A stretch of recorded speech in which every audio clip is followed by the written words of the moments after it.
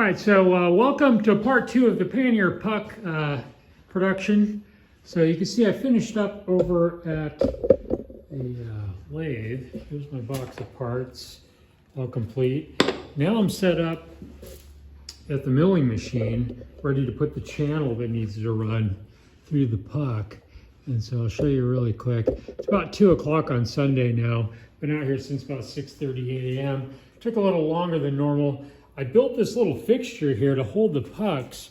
I've had problems in the past with the clamping power on the vise being consistent. If you over clamp this, the milling bit will tend to want to bite into the aluminum, and so you want to try to control how hard you squeeze it.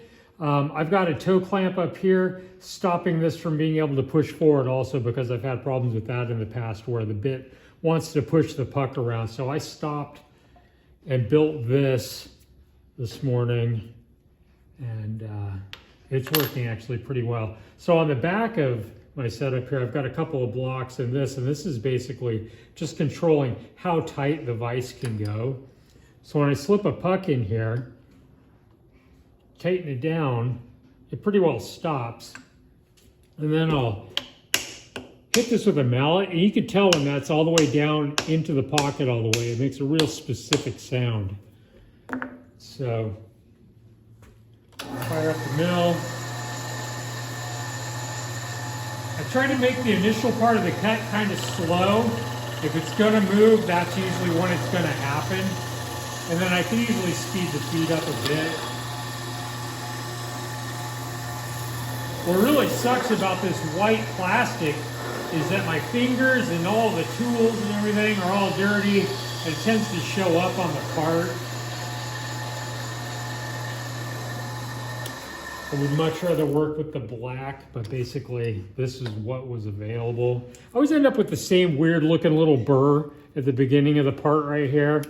I'll go through at the very end of the day after these are all done, and what I usually do is I'll go through with a razor knife like so, and I'll cut all these little burrs off. I usually do the whole box pretty much all at one time, but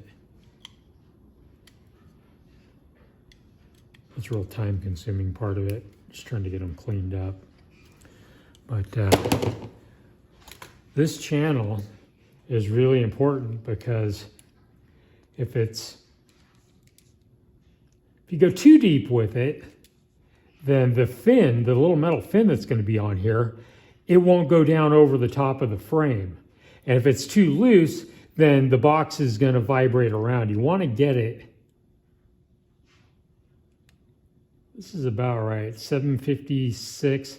So there's a lot to account for, because the steel that I make the frames out of is 750, but then you've got a powder coat, and then the powder coating itself has a texture to it. And so getting it to where it just barely squeezes down on there just right can get a little bit tricky. Definitely poses some challenges. But these are fun to make. Let's do another one real quick.